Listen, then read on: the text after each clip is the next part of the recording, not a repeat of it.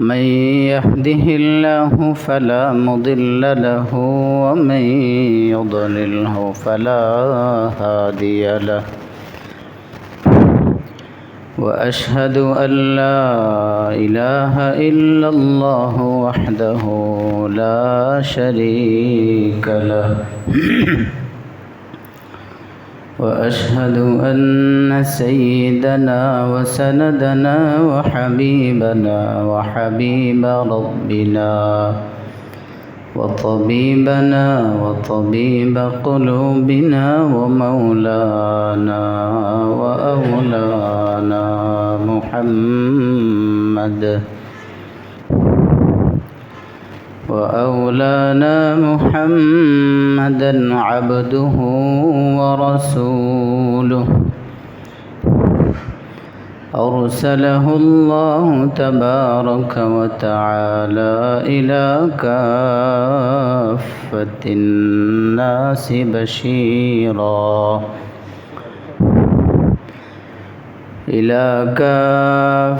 الناس بشيرا ونذيرا وداعيا إلى الله بإذنه وسراجا منيرا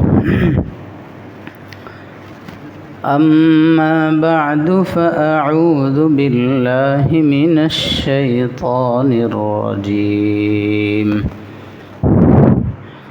بسم الله الرحمن الرحيم وما تشاءون إلا أن يشاء الله رب العالمين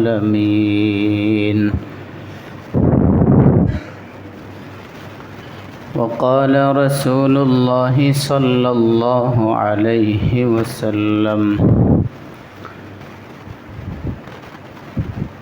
وأعدوا لمثل هذا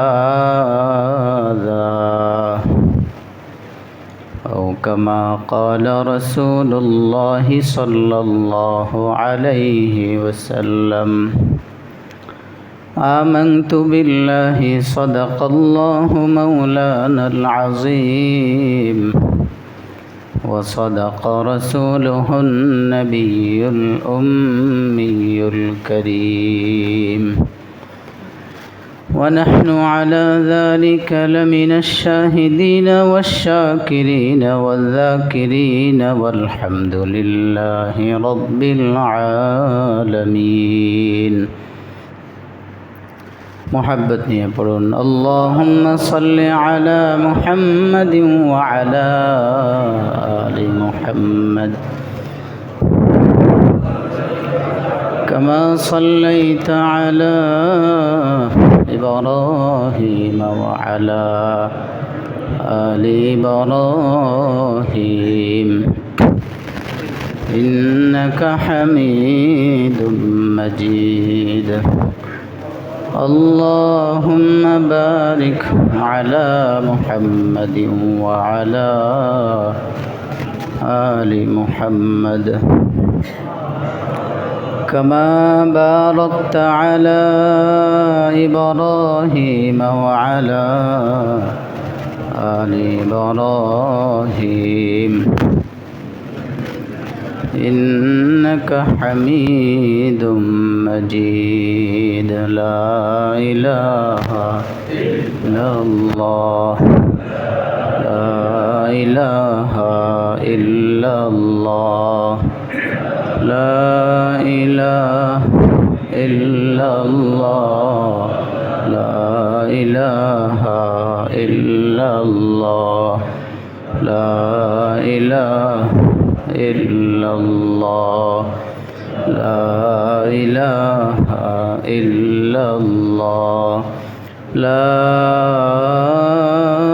إله إلا الله محمد رسول الله صلى الله عليه وسلم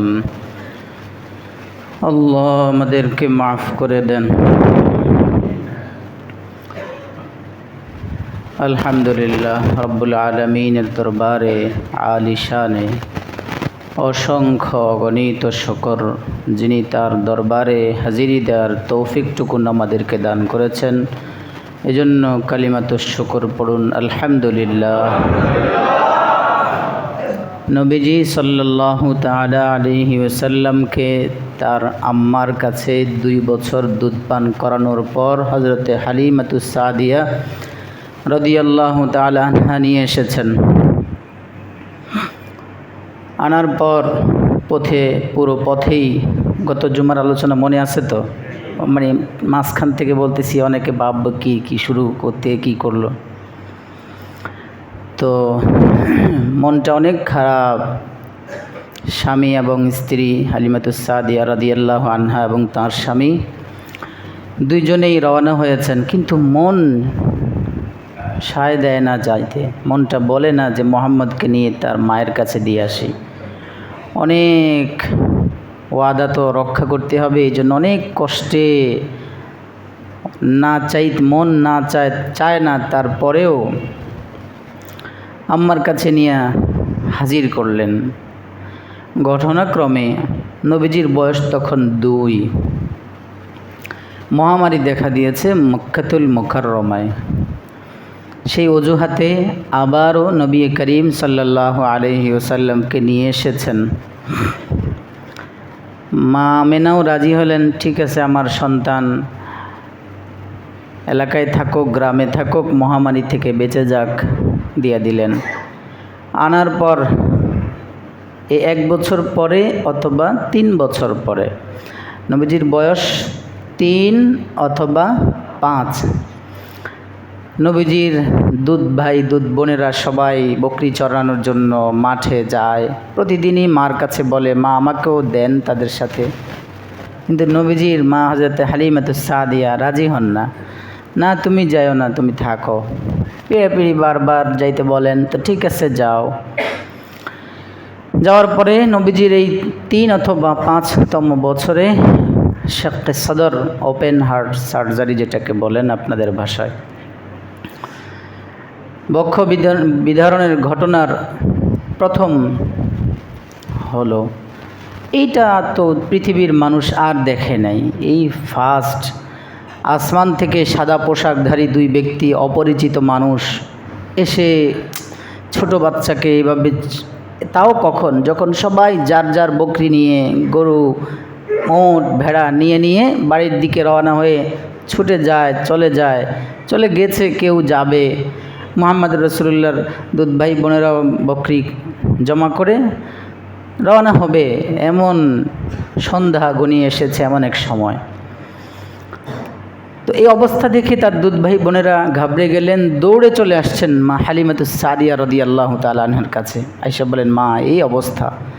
দ্রুত তিনি এবং তার স্বামী দুজনেই গিয়ে মুহাম্মদুর রাসূলুল্লাহকে দেখলেন। ওই যা ঘটনা শুনাইছেন এগুলো কিছুই এখন তার বোঝা যায় না। হ্যাঁ, চেহারাটা একটু মলিন। জীবনের প্রথম ছোট মুহাম্মদ, শিশু মুহাম্মদ সাল্লাল্লাহু আলাইহি ওয়াসাল্লাম ঘাবড়ে গেলেন কিছুটা। বুকে জড়িয়ে চুমু খেলেন, কি হয়েছে বাবা বলো। এরপরে স্বামীও বুকে জড়িয়ে ধরলেন, কিতাবে লেখে দুজনেই জিজ্ঞাসাবাদের পর ঘটনা খুলে বললেন। তো এখন এই ঘটনা যখন ঘটে গেল, দুজনেই নিয়ে আসছেন প্লেগ রোগ থেকে বাঁচাবার জন্য মহামারী, এটা কথা বলে নিয়ে আসছেন। এখন যেই ঘটনা হলো, তারা ভাবছেন মনে হয় মুহাম্মদ রাসূলুল্লাহ সাল্লাল্লাহু আলাইহি ওয়াসাল্লামকে জিনে ভূতে আসর করেছে। নাউজুবিল্লাহ। যাই হোক, মায়ের সন্তান মায়ের কাছেই ফেরাতে হবে, এই জন্য এখন মন না চাইলেও নিয়ে যেতে হবে। নিরাপদে নিয়ে পৌঁছায় দেয় মুহাম্মদ রাসূলুল্লাহকে তার মায়ের কাছে। এবারও পুরো পথ খুব কান্নাকাটি করে দুজনেই নিয়ে গেলেন। নেয়ার পরে হযরতে আমেনা কাছে যখন শিশু মুহাম্মদুর রাসূলুল্লাহকে সুপর্দ করলেন এবং ঘটনা খুলে বললেন যে তার চিকিৎসা করতে হবে, মনে হয় তার এই সমস্যা। কিন্তু হযরতে আমেনা তিনি তো এই মুহাম্মদুর রাসূলুল্লাহ পেটে আসার পর থেকেই অলৌকিক ঘটনা একের পর এক অবলোকন করছেন, দেখছেন। মনে আছে না সেগুলো? কয়েকটা শুনেছি তো আপনাদেরকে। তো তিনি বললেন, আমার এই ছেলে মুহাম্মদের সাথে জিন আসর করতে পারে না। আমি আমার এই সন্তানকে গর্ভে যখন ধারণ করেছি তখন অনেক অলৌকিক ঘটনা দেখেছি। আমি সেখান থেকে বুঝে নিয়েছি আমার এই সন্তান যেমন তেমন সন্তান হবে না, ও বিশ্ব সেরা সন্তান হবে, বিশ্ব মানবতার কল্যাণের দূত তিনি হবেন, ধারক বাহক হবেন তিনি। তার মা তখন থেকে আল্লাহ পাক তাকে ইলহাম করতেন। তিনি ঘাবড়ান নাই, এভাবে মায়ের কাছে থাকতেছেন। থাকতে থাকতে লম্বা একটা সময় থাকার পর নবীজির আব্বা তো দুনিয়ায় আসার আগেই বিদায় নিয়েছেন। মায়ের কাছে রেখে হালিমাতুস সাদিয়া চলে গেছেন। এখন মায়ের কাছে শিশু মুহাম্মদ বড় হচ্ছেন, লালিত পালিত হচ্ছেন আপন মায়ের কাছেই। বয়স যখন 6, নবীজির আম্মা তার প্রয়াত স্বামী হজরতে আব্দুল্লাহ, নবীজির আব্বাজান, তার কথা মনে উঠে গেল। নিজের স্বামীর কথা মনে উঠল যে আমার স্বামী তো আমাকে দেখে আগে বিদায় নিয়েছে, আমার এই সন্তানকে গর্ভে রেখে গেছে, আমি একদিন একটু আমার স্বামীর কাছে যাই আমার সন্তানটাকে নিয়ে। এবং তার নিজের বাবার বাড়িও মদিনায়। হজরতে আমেনার বাবার বাড়িও কোথায়? মদিনায়। ওদিকে শুনেছিলাম হাশেমের শ্বশুর বাড়ি ছিল মদিনায়, ঘটনা মনে আছে কিনা, যাই হোক। তো তিনি বাবার বাড়িতে যাবেন এবং সেখানে স্বামী আব্দুল্লাহর কবর জিয়ারত করবেন, কবরের পাশে যাবেন, সন্তানকে বাবার কবর দেখাবেন, এদিক দিয়ে বাবার বাড়িতে গিয়ে বেড়াবেন। সব কিছু যেহেতু মুরব্বী এখন আছেন হজরতে আব্দুল মুত্তালিব শ্বশুর যান, মুহাম্মদ রাসূলুল্লাহ সাল্লাল্লাহু তাআলা আলাইহি ওয়াসাল্লামের প্রিয় দাদা যান, দাদার কাছে বললেন, নিজের শ্বশুরের কাছে হযরত আমেনা বললেন, আমি আমার প্রয়াত স্বামী আপনার সন্তান আব্দুল্লাহর কবরের পাশে যেতে চাই, আমার সন্তানকে নিয়ে। সেখানে গেলেন, বেড়ালেন বাবার বাড়িতে, কবর জিয়ারত করলেন, লম্বা সময় থাকলেন। এরপর এবার বেড়ানো শেষ, কবর জিয়ারত শেষ, নবীজি সাল্লাল্লাহু আলাইহি ওয়াসাল্লামকে নিয়ে তার আম্মা হযরতে আমেনা আবার মদিনাতুল মুনাওয়ারা থেকে, তখন নাম ইয়াসরিব, মক্কাতুল মুকাররমার দিকে রওনা হলেন। আস্তে আস্তে একটা জায়গার নাম আবওয়া, এই জায়গায় আসতেই নবীজির বয়স তখন কত? 6। এই জায়গায় যখন অতিক্রম করছেন আবওয়া নামক জায়গায়, নবীজির আম্মা প্রচণ্ড জ্বরে আক্রান্ত হলেন, খুব জ্বর আক্রান্ত হয়ে পড়লেন, ভীষণ জ্বর। এই জ্বর থেকে তিনি একেবারে কাতর হয়ে গেছেন, শুয়ে পড়লেন, আর উঠার সক্ষমতা নাই। তো যখন প্রথম আব্দুল মুত্তালিব থেকে অনুমতি নিয়েছেন যে আমি যাব বাবার বাড়িতে, তখন আব্দুল মুত্তালিব 2 বর্ণনা, এক বর্ণনায় আছে এটা থেকে ওইটা শক্তিশালী, আব্দুল মুত্তালিব নিজেই মুহাম্মদুর রাসূলুল্লাহ সহ উম্মে আইমান সহ তার আব্দুল্লাহর ছেলে হযরত আমেনা স্ত্রী হযরত আমেনাকে সহ পাঠাইছেন, নিজে সহ নিয়ে গেছেন। আরেক বর্ণে তিনি যান নাই, উম্মে আইমান নিজের দাসী বাঁধি আর মুহাম্মদ সাল্লাল্লাহু আলাইহি ওয়াসাল্লাম এবং তার আম্মা, এই 3 জনকে মদিনায় পাঠিয়েছেন কবর জিয়ারতের জন্য। তো এখন ফিরে আসার পথে আছেন মা, উম্মে আইমান আর মুহাম্মদুর রাসূলুল্লাহ। আবওয়া নামক জায়গায় আসতেই খুব জ্বর আম্মাজানের, নবীজির আম্মাজানের অনেক জ্বর। এই জ্বরে তিনি কাতর হয়ে পড়লেন, আর উঠতে পারতেছেন না। তিনি তো সেই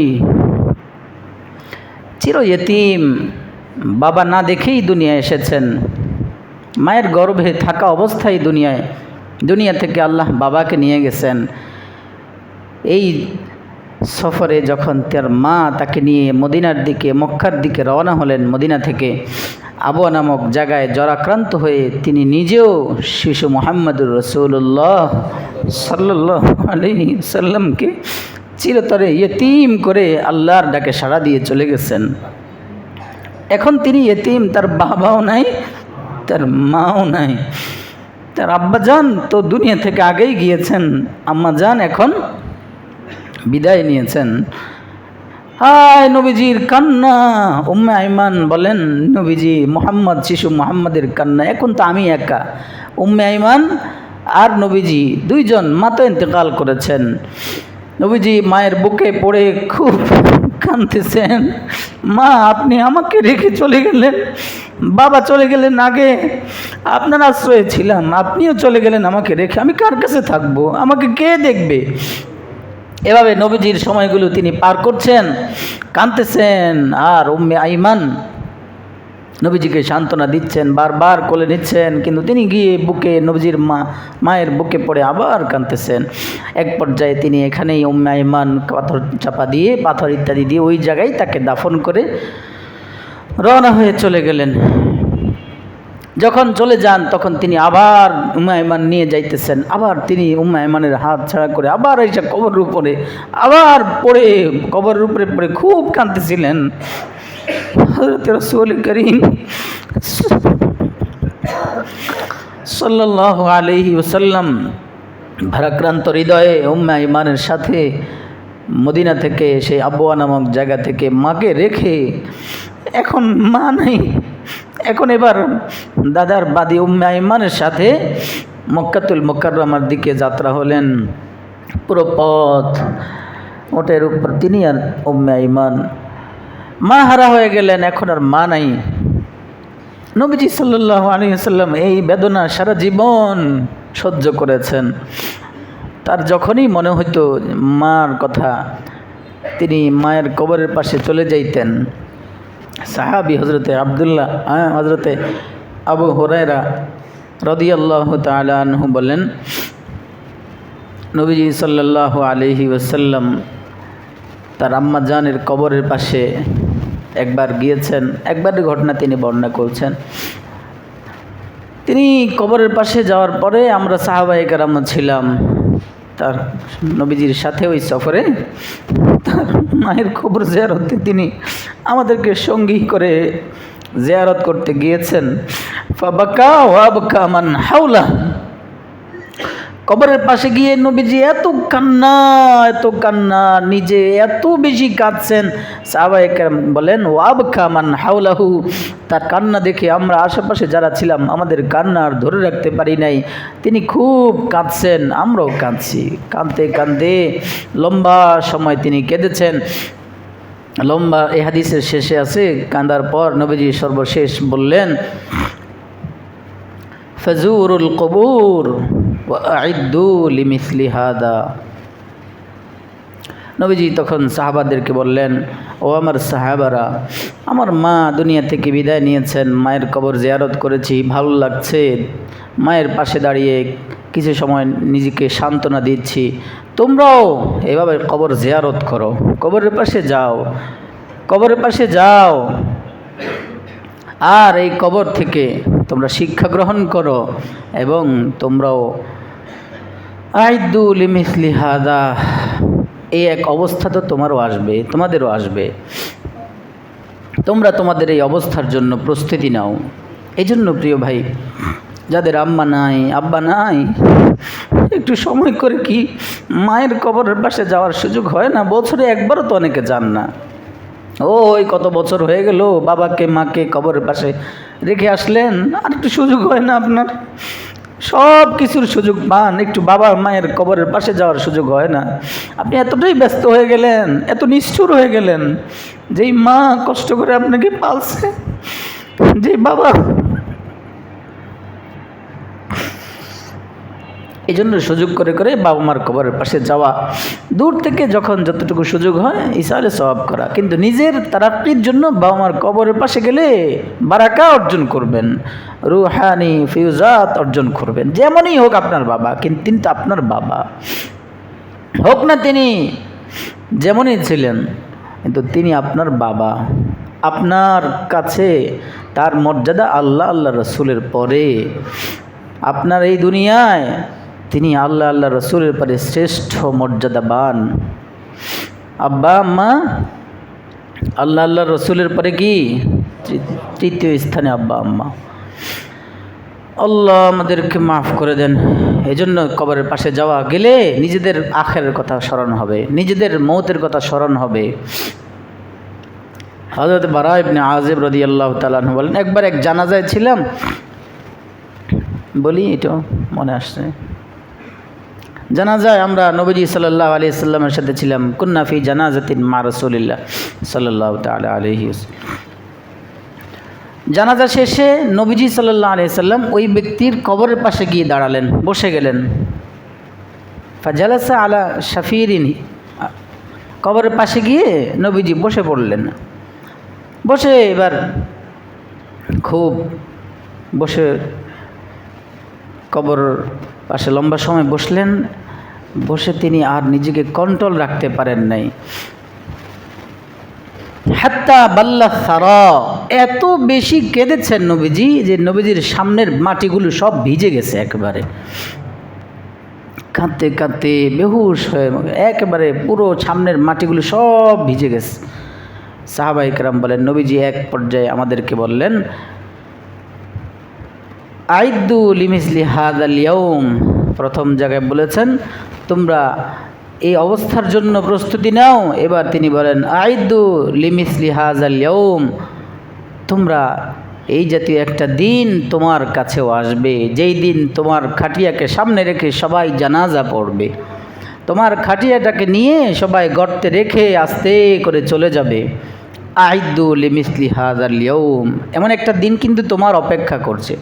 আজকে তুমি আরেকজনের জানাজা নিয়ে জানাজা পড়ে তাকে কবর দিয়ে চলে যাচ্ছ, একদিন এমন হবে তোমাকে এই জানাজা শেষ করে তোমাকে গর্তে রাখা হবে। অতএব লিমিসলি হাদাল ইয়াউম, এমন একটা দিনের জন্য তুমিও প্রস্তুতি নাও। প্রিয় ভাই, আমরা একটু সুযোগ করে করে যখন মন খারাপ একটু চেষ্টা করব কবরের পাশে যাইতে, দেখবেন ভালো লাগবে। আপনার কোনো আত্মীয় মারা যায় না যাক, আপনি কবরের পাশে চলে যান।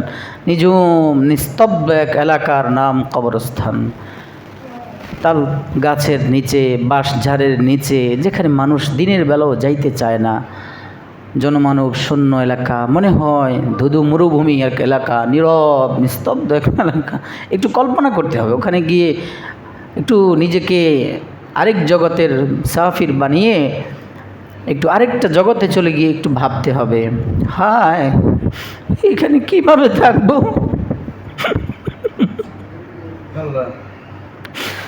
হায় এখানের জন্য তো কোনো প্রস্তুতি আমার নাই, হায় আমি কি নিয়ে যাবো, আমার তো গুনাহ, সারা জীবন তো গুনাহ করে করে কলবটাকে নাপাক করেছি, দিল নাপাক, মেজাজ নাপাক, কোনো নামাজ তো পড়ি নাই, নামাজ পড়লেও ওই নামাজের কি ঠিক ঠিকানা আছে, এটা কি কবুল হয়েছে কি না।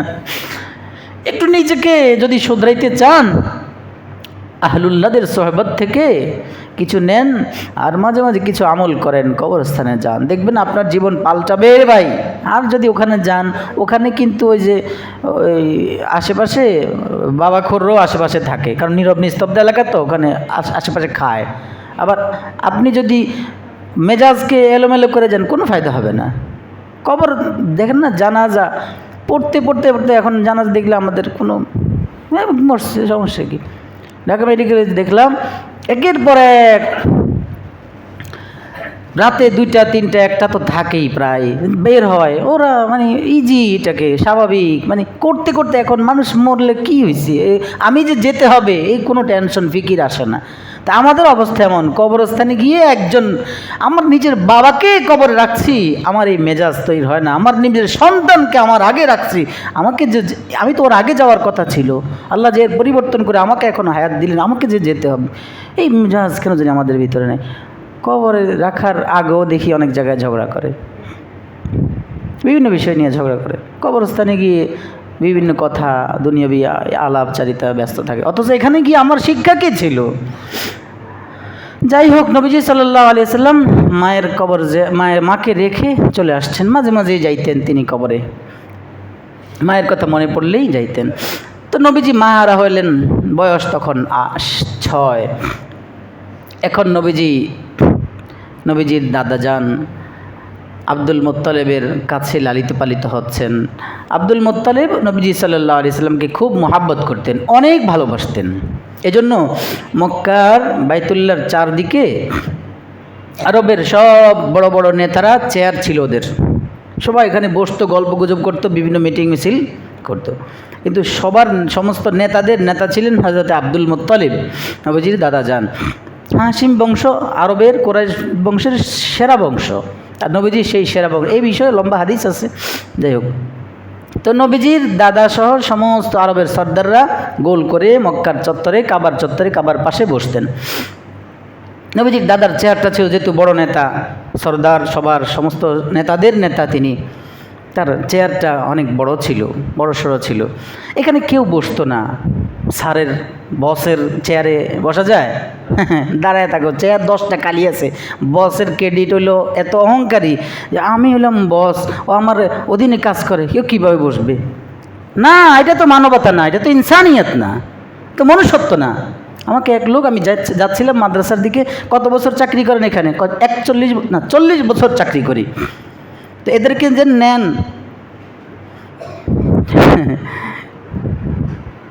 আহা, আচ্ছা বলি নাকি, এখানে আসেন, আপনিও শিক্ষা নেন, আপনিও তো যান সেখানে। আমি বললাম সালামের বিষয়ে প্রশ্ন আসছে। কয় সালাম ওনারা দিবে আবার হুজুর?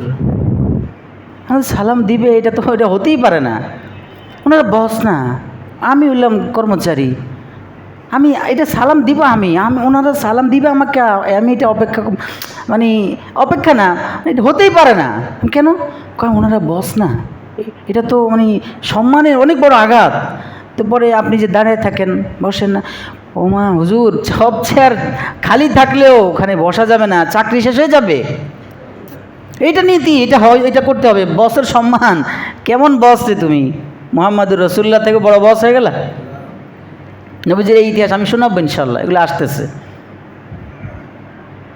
এখানে এক বস, অনেক বসরাই আছেন, এগুলো মানবতা না। আপনাকে আল্লাহ বড় আসনে বসিয়েছেন, ও আপনার অধীনে, আপনার বেতন 5 লাখ, ওর বেতন 5,000 টাকা, মানলাম ব্যবধান, ওর শিক্ষা যোগ্যতা অনুযায়ী বা তার চাকরি ওখানে আল্লাহ পাক তার নাম রাখছেন, তাই বলে কি সব ক্ষেত্রেই বৈষম্য? এখানেও কি আপনি বসলেও কি আপনার সম্মান কমে যাবে? না, দাঁড়াই থাকতে হবে।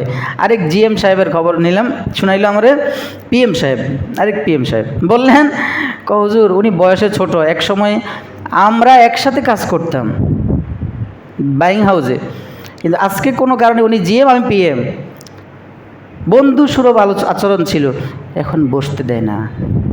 আমি চেয়ারে থাকি, উনি চেয়ারে বসলে আমি দাঁড়ায় থাকতে হয়। সব লম্বা মিটিং চলে, লম্বা সময় ধরে দাঁড়ায় থাকতে হয়। এটা কেমন কথা? এটা কি মনুষ্যত্ব, মানবতা? না। আপনি যত বড়ই হন না কেন, আপনি যেমন মানুষ, ও মানুষ। আল্লাহর কাছে চেহারা অনুযায়ী আর পদমর্যাদা অনুযায়ী সম্মান না। ইন্না আকরামাকুম ইনদাল্লাহি আতকাকুম। তোমার ভিতরে যেটা আছে, ওর ভিতরে যেটা আছে, দুইটা দেখবেন আল্লাহ। ওর ভিতরে তাকওয়া, আল্লাহ ভীতি, ইবাদত, গোলামিয়ত কত বেশি, আর তোমার ভিতরে কত বেশি, দুইটা দেখবেন আল্লাহ। এরপরে তুমি কত বড় চেয়ারওয়ালাই হও না কেন, যত বড় চেয়ারওয়ালা হও, আর ও এত দূর কথা, নিচে জায়গা, বসার জায়গাও নেই, তারপরে আল্লাহ কোরআনে বলেন, ওই ছোট মানুষটা তোমার দৃষ্টিতে ছোট, ও আমার কাছে তোমার চেয়েও বহু বহু গুণে উত্তম। আকরামাকুম, ইসমে তাফজিল নিয়ে আসছেন, আকরাম, করিম না। যাই হোক, সব জায়গায় বৈষম্য দূর করতে হবে। হ্যাঁ, তো নবীজি সাল্লাল্লাহু আলাইহি সাল্লামের দাদার যে চেয়ার ছিল, এখানে কেউ বসতো না। সবাই মনে করতে, যে সর্দারের চেয়ার কি বসা যায়? যখনই নবীজি দৌড়াইসা, বয়স মাত্র কত 8, তখন 7 শেষ, আর নবীজির 8 বছর বয়সে দাদা মারা গেছেন না। যাই হোক, এর কাছাকাছি 6-এর পরে 8-এর। তো মাঝে মধ্যেই নবীজি আইসা ওই নবীজির দাদার চেয়ারে উঠে বসতেন। আইসাই কি বসতেন। পাশের নেতারা সবাই খেপে যাইত, চোখ বড় করে, আমরা এটা কি করলা? এবং কিতাবে লেখে, আব্দুল মুত্তালিবের যত আওলাদ ছিল, আব্দুল্লাহ তো ছিলেন না, বাকি আওলাদরাও খুব রাগ হইতেন, এটা তোমার দাদার চেয়ার, এখানে বসলে কেন? এটা বসা যাবে না। আব্দুল মুত্তালিব বলতেন, খবরদার, আমার কাছে আমার সন্তানরা যত প্রিয়, এর চেয়েও বহুগুণে প্রিয় আমার এই নাতি মুহাম্মদ সাল্লাল্লাহু আলাইহি ওয়াসাল্লাম। ও এখানে বসবে এবং তিনি একসাথে বসা থাকলে কোনো সময় আইসা দাঁড়াইতেন, তো সাথে সাথে তিনি জায়গা সরিয়ে মুহাম্মদ রাসূলুল্লাহকে পাশে বসাতেন। মুহাম্মদ রাসূলুল্লাহ অনেক ভালোবাসতেন, অনেক ভালোবাসতেন। একবারের ঘটনা, আব্দুল মুত্তালিবের বিশ্বাস ছিল আমার কিছু হয়ে গেলে মুহাম্মদ ওই জায়গায় যদি অবস্থান করেন, ওই কাজটা করে মুহাম্মদকে পাঠাই, তাহলে ওই কাজ হয়ে যাবে। তার অনেকগুলো ওট হারিয়ে গেছে, রাখাল চড়াইতে গেছে, হারিয়ে গেছে। নবীজির লোকদের সাথে, রাখালদের সাথে, আব্দুল মুত্তালিব রাখালদের সাথে তার এই নাতি, প্রিয় নাতি মুহাম্মদুর রাসূলুল্লাহকে দিয়ে পাঠালেন, যাও তুমিও যাও তাদের সাথে, তুমি তো থাকবা কাফেলার সাথে, তুমি খুঁজতে হবে না, আরামে চলবা, তারা খুঁজে নিয়ে আসবে, তুমি থাকলে আমার বিশ্বাস আমার ওটগুলো পাওয়া যাবে। কিন্তু সেই লম্বা সময় হয়ে গেল, মুহাম্মদুর রাসূলুল্লাহ আসেন না। তিনি কাবার পাশে গিয়ে এই কানতে কানতে তিনি চোখ সব ভিজে ফেললেন। কিতাবে লেখে তার এই কান্না দেখে আশেপাশের লোকজন জিজ্ঞেস করলো, কেন কাঁদেন? তিনি নাম ধরে ধরে বলতেছেন মুহাম্মদুর রাসূলুল্লাহর কান্নার মধ্যে, আল্লাহ রুদ্দা ইলাইয়া রাকিবি মুহাম্মাদা, আল্লাহ আমার বাহনগুলো, আমার ওটগুলো, আমার মুহাম্মদ সবাইকে আপনি আমার কাছে ফিরিয়ে দেন। এই বলে বলে খুব কাঁদতেছেন। এত লম্বা সময় হয়ে গেছে, মুহাম্মদুর রাসূলুল্লাহকে এত বেশি ভালোবাসতেন, তার এই কয়েকটা ঘন্টা বিরহ দাদা আব্দুল মুত্তালিব সহ্য করতে পারছেন না। এই জন্য আল্লাহকে বললেন, আল্লাহ আপনি আমার মুহাম্মদকে আমার কাছে ফিরিয়ে দেন। কিছুক্ষণ পরেই দূর থেকে দেখা যায় বাহন নিয়ে মুহাম্মদুর রাসূলুল্লাহ ওট নিয়ে আসছেন। তিনি দৌড়ে মক্কার বাহিরে গিয়ে তাকে ইস্তেকবাল করে চুমু খেয়ে কোলে নিয়ে একবারে বুকের সাথে বাজিয়ে বললেন, দাদা যান, নাতি তুমি আজকে আমার ওটগুলো হারিয়ে গেলে অতটা ব্যথিত হতাম না, যতটা তোমাকে একটু দেরি করে পেয়ে আমি যতটা কষ্ট পেয়েছি। ভবিষ্যতে আর কখনো তোমাকে আমি আমার কাছ থেকে দূরে কোথাও পাঠাবো না। আমার ওট হারায় যাক, সব হারায় যাক, তুমি আমার কাছ থেকে দূরে থাকবা, এটা আমি সহ্য করতে পারি না। এতটা ভালোবাসতেন নবীজির দাদা নবীজি সাল্লাল্লাহু আলাইহি ওয়াসাল্লামকে। লম্বা এখানে অনেক ঘটনা আছে। তো নবীজির দাদা যখন নবীজির বয়স 8, তখন দাদাও আল্লাহর হুকুম, আসলে তাকে তরবিয়ত করছেন কে? আল্লাহ। ছোট শৈশব থেকেই বাবা চলে গেলেন, মা চলে গেলেন, দাদা 8 বছর বয়সে মজবুত করছেন। দেখো লালন পালন করনেওয়ালা তোমাকে একমাত্র আমি আল্লাহ, তুমি বুঝো আমি কিভাবে তোমার আম্মাল ইয়াতীম আলাম ইয়াজিদকা ইয়াতীমান ফাআওয়া, বলেন তুমি তো ইয়েতিম ছিলা, আমি আশ্রয় দিয়েছি স্টেপ বাই স্টেপ, কত সুন্দর করে তোমাকে আশ্রয় দিচ্ছি, আমি তোমাকে লালন পালন করছি, এতিম বানায় ছাইড়া দেই নাই, তুমি মজবুত হও, তোমাকে মানসিকভাবে আমি প্রস্তুত করছি, বিশাল বড় জিম্মাদারি তোমার পালন করতে হবে, বিশাল দায়িত্ব তোমাকে অর্পণ করা হবে। সেই সব বিষয়ে প্রস্তুত করে তুলছেন মুহাম্মদুর রাসূলুল্লাহ সাল্লাল্লাহু আলাইহি ওয়াসাল্লামকে আল্লাহ জাল্লা শানুহু।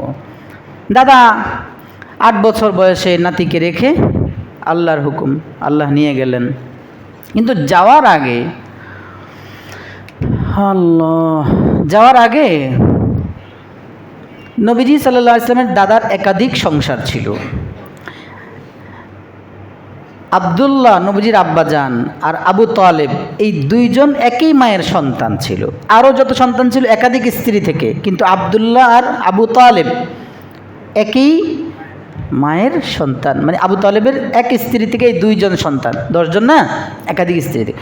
তো এই 2 জন যেহেতু একই স্ত্রী থেকে, তাহলে তার আপন ভাই, বাপ শরিকি ভাই না, আপন ভাই।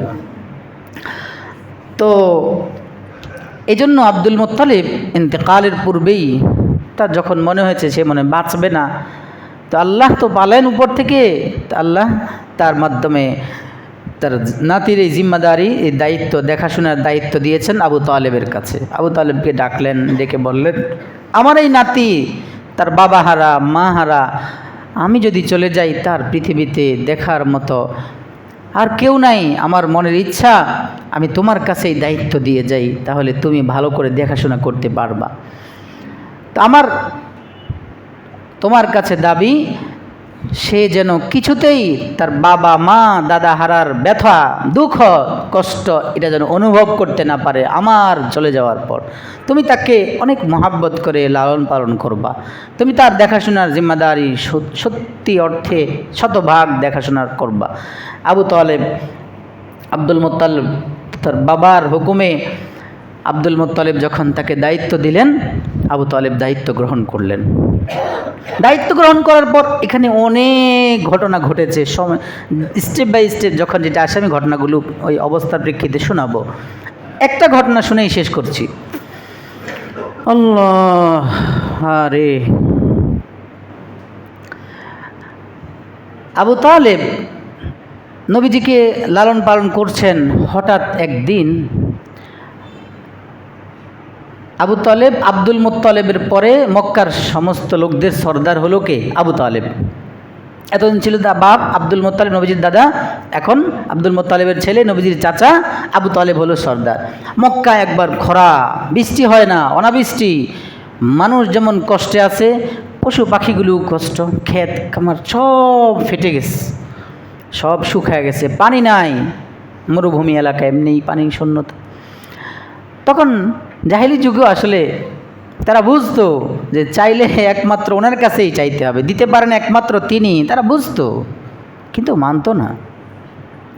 তারা সবাই সর্দারের কাছে এসে বলে, আবু তালেবের কাছে এসে বলে, আবু তালেব আপনি একটু দোয়ার ব্যবস্থা করেন, আমরা আর সহ্য করতে পারতেছি না।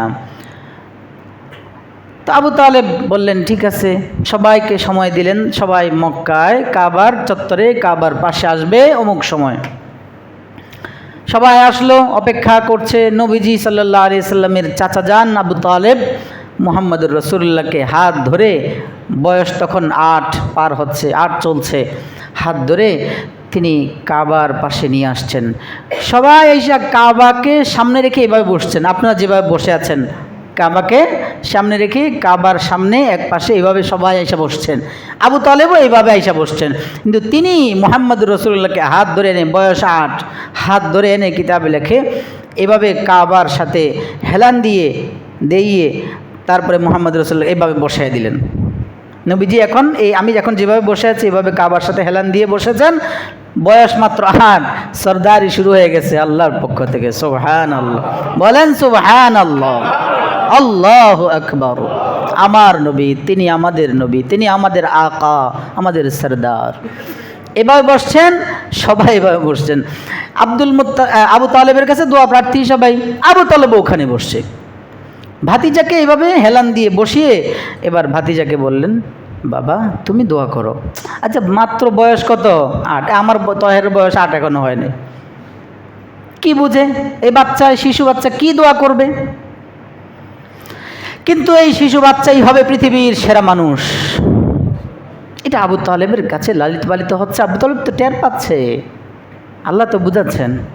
তিনি হাত উঠাবেন কি, কিতাবে লেখে এভাবে হাত উঠিয়ে আঙ্গুল দিয়ে ইশারা করার সাথে সাথে যেই মক্কার যে আকাশে সব খরা ছিল, মেঘের কোনো আভাস ছিল না, আঙ্গুলের ইশারার সাথে সাথে পুরো মক্কা পুরোটা কালো মেঘাচ্ছন্ন হয়ে গেছে। সাথে সাথে হাত নামাতে দেরি মুষলধারে বৃষ্টি আর বৃষ্টি শুরু হয়ে গেল। সুবহানাল্লাহ। এবং কিতাবে লেখে ওখান থেকে কেউ ভিজা ছাড়া যেতে পারে না, সবাই সব ভিজে চুপচুপ হয়ে তারপরে বাসা বাড়িতে ফিরে গেছে।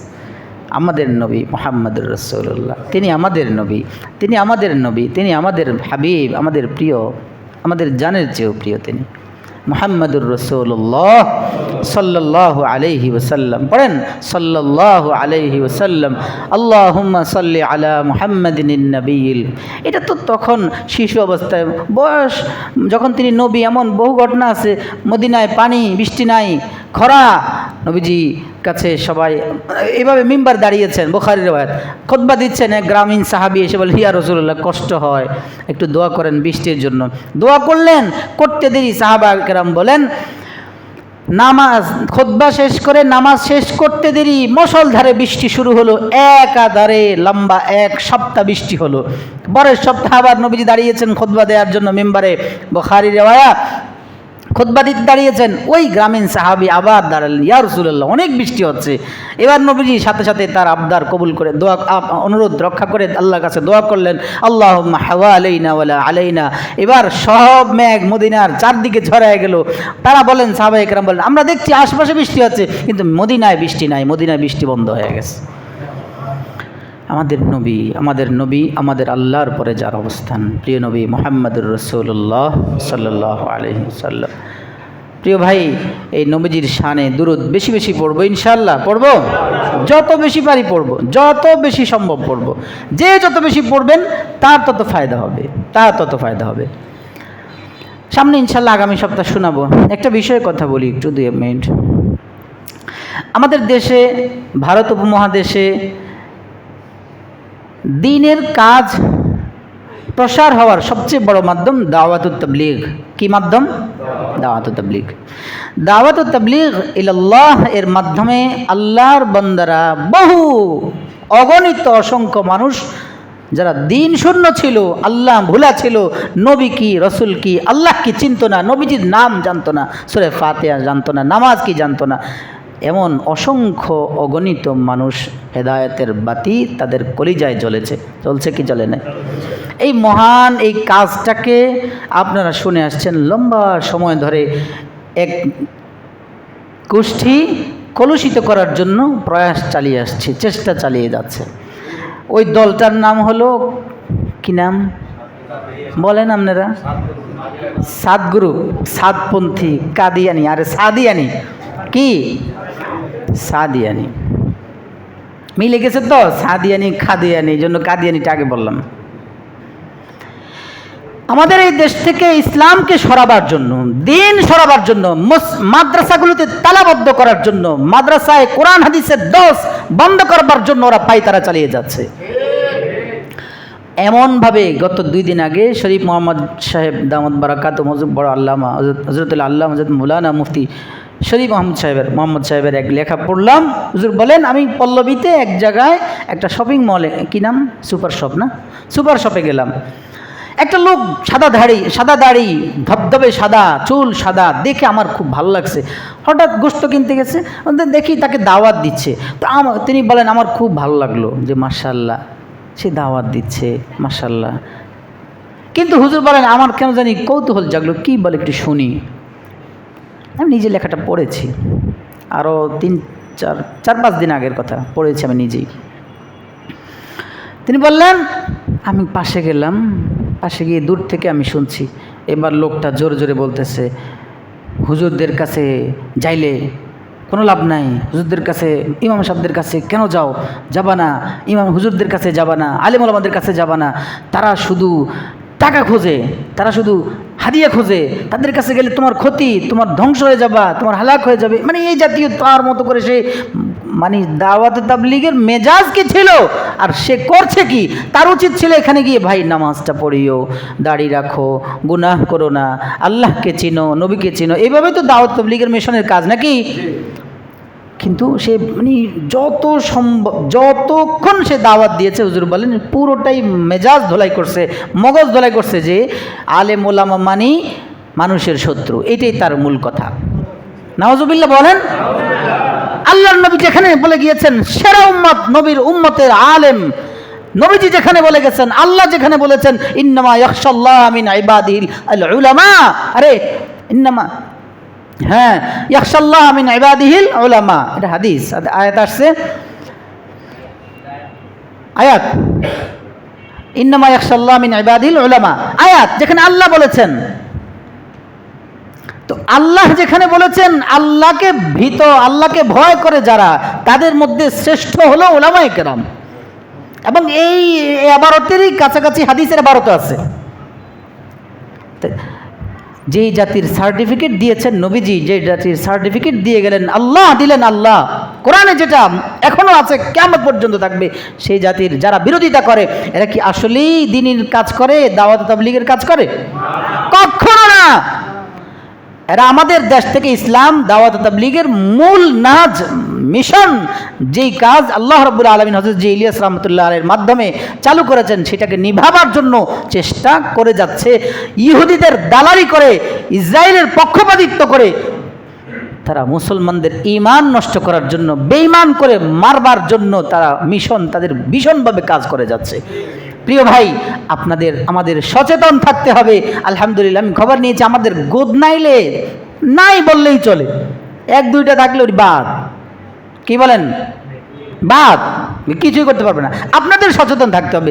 আইসা একজন দাওয়াত দিল আর আল্লাহ রসুলের পক্ষে কথা বইলা রসুল সাল্লাল্লাহু আলাইহি ওয়াসাল্লামের ধরার জন্য মাধ্যমের বিরোধিতা করলো, তা আপনি বুঝে নেবেন এটা তো আসলেই মানুষরূপী শয়তান।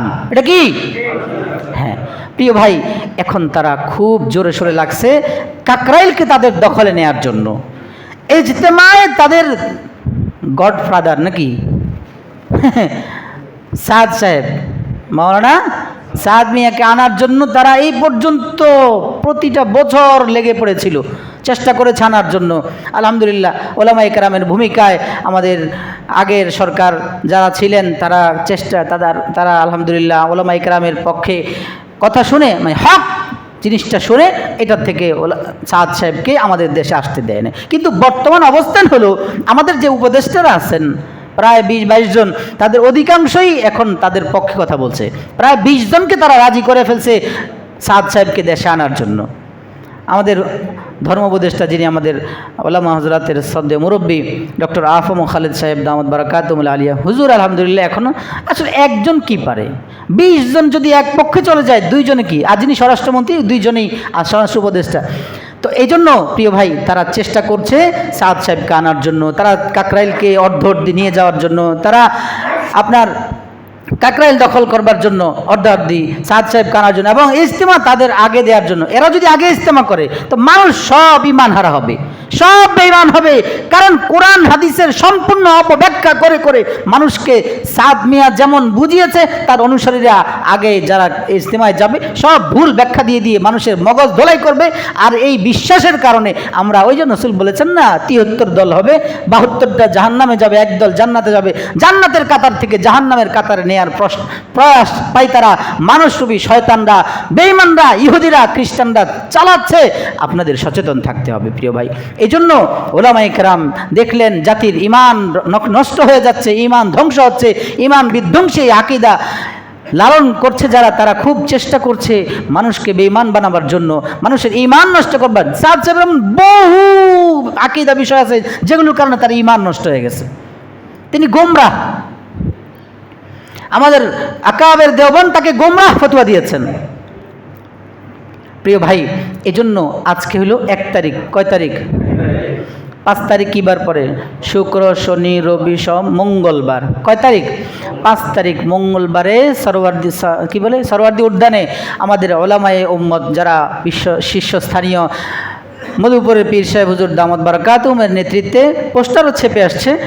হুজুর নেতৃত্বে আরও যারা আছেন, মাহফুজুল হক সাহেব, মহাসচিব সাহেব হুজুর আব্দুল আলম মামুনুল হক সাহেব সহ বাকিরা সবাই, আরও বহু ওলামায়ে কেরাম আছেন, সবাই মিলে এখন প্রতিবাদ সমাবেশ ডেকেছেন সরওয়ার্দী উদ্যানে মঙ্গলবারে সকাল 9টার ভিতরে ওখানে যেতে হবে। প্রত্যেকের যাওয়া দরকার, কারণ আপনি যদি যান পরবর্তীতে আপনার পরবর্তী জেনারেশন তারা ঈমান, সঠিক হেদায়েত খুঁজে পাবে। না হলে কিন্তু মিশ্রিত হয়ে গেলে কোনটা হক কোনটা না হক বুঝবার কোনো ক্ষমতা থাকবে না, তখন আপনার আমার ঈমান রক্ষার জন্য কোনো সুযোগ থাকবে না। এই জন্য আমরা চেষ্টা করব যার যার যতটুকু সুযোগ আছে যাওয়ার, ইনশাল্লাহ যাবো ইনশাল্লাহ। কয় তারিখ? 5 তারিখ ওলামায়ে কেরাম যাবেন, মহাসমাবেশ হবে, সবার পক্ষ থেকে ওলামায়ে কেরামের নেতৃত্বে প্রতিবাদ সমাবেশ হবে। এর মাধ্যমে আমরা উপদেষ্টাদেরকে জানাবো, এরপরে ধীরে ধীরে ইনশাল্লাহ আমরাই বিজয় হব। বলেন, আমরাই বিজয় হব ইনশাল্লাহ। বাতিল বাংলার জমিনে ঠাঁই পায় নাই, পাবেও না। আল্লাহর ঘোষণা, জাল হাক্ক ওয়া যাকাল বাতিল। বাতিল গেছে গা, নাই, উদা এক মুহূর্তের মধ্যে মাকড়সার জালের মতন ছিন্ন বিচ্ছিন্ন হয়ে যাবে ইনশাআল্লাহ। আল্লাহ বুঝার আমল করার তৌফিক দান করেন।